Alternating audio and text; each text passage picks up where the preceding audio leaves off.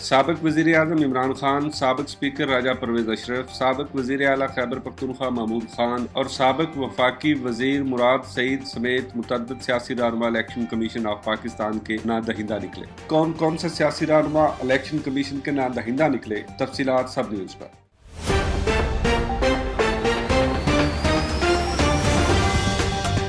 Election commission نے returning افسران کو ان رہنماؤں کے کاغذات نامزدگی منظور کرنے سے پہلے جرمانہ وصول کرنے کے احکامات جاری کر دیے۔ الیکشن کمیشن کی جانب سے ریٹرننگ افسران کو لکھے گئے مراسلے کے مطابق قومی اور صوبائی اسمبلیوں اور مقامی حکومتوں کے انتخابات کے دوران ضابطۂ اخلاق کی خلاف ورزیاں کی گئیں، جس پر امیدواروں اور سرکاری عہدیداروں کی جانب سے جرمانہ کیا گیا، لیکن ابھی تک انہوں نے وہ جرمانے ادا نہیں کیے۔ مراسلے کے ساتھ ریٹرننگ افسران کو نادہندہ افراد کی فہرست فراہم کی گئی ہے اور تاکید کی گئی ہے کہ RO کاغذات نامزدگی کی جانچ پڑتال کے دوران جرمانہ کی وصولی کو یقینی بنائے۔ اس فہرست کے مطابق سابق وزیر اعظم عمران خان ضابطہ اخلاق کی خلاف ورزیوں کے 4 مرتبہ مرتکب ٹھہرے تھے اور 2 لاکھ کا جرمانہ عائد کیا گیا، لیکن وہ تاحال نادہندہ ہیں۔ سابق وزیر اعظم 3 مقامی حکومتوں اور 1 قومی اسمبلی کے انتخابات کے دوران ضابطہ اخلاق کی خلاف ورزی کے مرتکب ہوئے تھے۔ اسی طرح سابق وزیر اعلیٰ محمود خان پر ضابطہ اخلاق کی 3 خلاف ورزیوں پر 1.5 لاکھ روپے جرمانہ کیا گیا، لیکن وہ بھی تاحال نادہندہ ہیں۔ سابق اسپیکر قومی اسمبلی راجہ پرویز اشرف پر بھی 50,000 روپے جرمانہ کیا گیا،